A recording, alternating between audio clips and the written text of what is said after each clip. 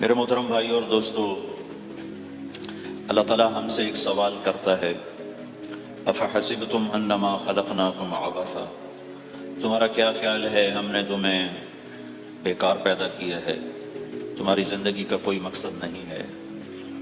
پھر اللہ تعالیٰ فرماتا ہے ایحسب الانسان ان یترک سدی، تمہارا کیا خیال ہے تمہیں کوئی نہیں پوچھے گا، جو مرضی کرتے رہو، جیسے مرضی زندگی گزارو، کوئی پوچھنے والا نہیں ہے؟ نہیں، ایسی بات نہیں ہے۔ بلا ورسلنا لدیہم یکتبون، جو کر رہے ہو اللہ لکھوا رہا ہے۔ ما یلفظ من قول الا لدیہ رقیب عتید، جو زبان سے بولتے ہو وہ فوراً کیچ کیا جا رہا ہے۔ ان علیکم لحافظین، تمہارے اوپر فرشتے مقرر ہیں، کرامن کاتبین، ان کا کام ہے یعلمون ما تفعلون، میں جو کروں، جہاں کروں، جس وقت کروں، وہ اسے لکھتے جائیں لکھتے جائیں۔ دو چپ لگا دی، ایک نیگیٹو ایک پازیٹیو۔ کوئی اچھا کام ہوگا تو ادھر والا لکھے گا، کوئی غلط ہوگا تو ادھر والا لکھے گا۔ اور پھر اللہ تعالیٰ کا اس کائنات پر قبضہ ہے، اور اس ساری کائنات کو اللہ نے اپنی طاقت سے بنایا۔ یہ جہان خود بخود نہیں بنا، ان ربکم اللہ، اس کا بنانے والا اللہ ہے۔ اللہ نے اپنا تعارف کرایا، میں کون ہوں؟ الذی خلق السماوات والارض، میں وہ اللہ ہوں جس نے زمین آسمان بنائے، فی ستۃ ایام، اس میں 6 دن لگائے، ثم استوی علی العرش، پھر عرش پر استوا کیا، یغشی اللیل النہار، میں وہ اللہ ہوں جو رات کو لاتا ہے، دن کو لاتا ہے، تو دن کو آگے چلاتا ہے، رات کو پیچھے لاتا ہے، یطلبہ حثیثا، ان میں یہ دوڑ چلتی رہتی ہے، الشمس والقمر والنجوم مسخرات بامرہ، سورج، چاند، ستارے، ہر شے اس اللہ تعالیٰ کے قبضہ قدرت میں ہے۔ تو ایک بہت بڑا طبقہ جو کہتا ہے کہ یہ سب کچھ خود بخود بن گیا ہے، تو اللہ تعالیٰ اس کو صاف کرتا ہے کہ خود بخود نہیں بنا، بلکہ اسے اللہ تعالیٰ نے بنایا۔ قل اانکم لتکفرون بالذی خلق الارض فی یومین وتجعلون له اندادا ذلک رب العالمین، تم کس اللہ کا انکار کرتے ہو جس نے تمہارے لیے زمین کو 2 دن میں بنایا، اس کا خول، وجعل فيها رواسي من فوقها وقدر فيها أقواتها في 4 أيام سواء للسائلين، پھر زمین کے اندر قیامت تک جتنے انسان آنے والے ہیں ان کی ضرورتوں کے خزانے بھر دیے، سٹور کر دیا، ہر چیز کو اللہ نے سٹور کر دیا۔ قیامت قائم ہوگی اور زمین کے خزانوں کا 1000واں حصہ بھی استعمال نہ ہوگا، اللہ تعالیٰ نے وافر زمین کے اندر بھرا، اس میں اللہ نے 4 دن لگائے۔ ثم استوى الى السماء، پھر آسمان کی طرف استوا کیا، وہی دخان، آسمان ایک دھواں تھا، فقال لها، آسمانوں سے کہا، وللارض، زمینوں سے کہا، ایتیا، آؤ، طوعا او کرہن، جی چاہے یا نہ چاہے میرے آگے جھکو، قالتا، زمین آسمان بولے، اتینا طاغعین، یا اللہ ہم مان گئے ہم مان گئے ہم مان گئے، فقضاہن 7 سماوات، پھر اللہ نے 7 آسمان بنائے، جیسے زمینیں بنائیں ایسے 7 آسمان بنائے، فی یومین، 2 دن اس میں لگائے، وَأَوْحَى فِي كُلِّ سَمَاءٍ أَمْرَهَا، ہر آسمان کو الگ الگ حکم دیا اور اپنے حکم کے ساتھ باندھا، پکڑا، يُمْسِكُ السَّمَاوَاتِ وَالْأَرْضَ أَن تَزُولَا، زمین آسمان کو اللہ نے روکا ہوا ہے، اللہ نے روکا ہوا ہے، اگر اللہ یوں چھوڑ دے تو ساری کائنات آپس میں ٹکرا جائے، آپس میں ٹکرا جائے، ساری کائنات۔ یہ الشمس تجری لمستقر لها ذلك تقدیر العزیز العلیم، سورج کو اپنے، سورج 6 لاکھ مائل فی گھنٹہ کی رفتار سے دوڑ رہا ہے، اور زمین سے 12 لاکھ گنا بڑا ہے، اور اس میں ٹیمپریچر 2.5 کروڑ سینٹی گریڈ تک اس کا ٹیمپریچر چلتا ہے، اور یہ کوئی ٹھوس چیز نہیں، گیسز ہیں، اور ہر سیکنڈ میں اس میں ہیلیم گیس پھٹتی ہے اور وہ ہائیڈروجن میں تبدیل ہوتی ہے۔ 1 سیکنڈ میں جب وہ دھماکہ ہوتا ہے تو 50 کروڑ ایٹم بم کے پھٹنے کے برابر انرجی پیدا ہوتی ہے، تو اس کے اندر اتنے دھماکے ہو رہے ہیں، پھر وہ ایک گیسز ہیں، اور پھر اس کے سامنے سڑک کوئی نہیں، اس کا لیور کوئی نہیں، اس کا ڈرائیور کوئی نہیں ہے، اور اس کی رفتار 6 لاکھ مائل فی گھنٹہ ہے۔ اللہ کہتا ہے میں سیدھا چلا رہا ہوں، کوئی اس کو چلا سکتا؟ اتنی تیز رفتار۔ والقمر قدرناہ منازل، چاند کو اس کے ساتھ چلایا، اس کو گھٹایا بڑھایا، حتی عاد کالعرجون القدیم، ایک ٹیڑھی لکڑی کی طرح ہوا۔ للشمس ينبغي لها ان تدرك القمر، سورج چاند میں ٹکر نہیں، ولللیل سابق النہار، دن اور رات میں ٹکر نہیں ہے، اس لیے کہ یہ تیرے رب کا بنایا ہوا نظام ہے۔ وما كان ربك نسيا، اور تیرا رب بھول چوک سے پاک ہے، وہ جو کرتا ہے حق کرتا ہے، جو کرتا ہے سچ کرتا ہے، جس کو روکتا ہے تو حق ہے، جس کو دیتا ہے تو حق ہے، وہ مارتا ہے تو حق ہے، اور زندگی دیتا ہے تو حق ہے، عروج لاتا ہے تو حق ہے، زوال لاتا ہے تو حق ہے۔ تو اللہ قرآن میں یہ ایک ذہن بناتا ہے کہ تم بیکار نہیں پیدا ہوئے، تمہارے پیچھے ایک طاقتور اللہ ہے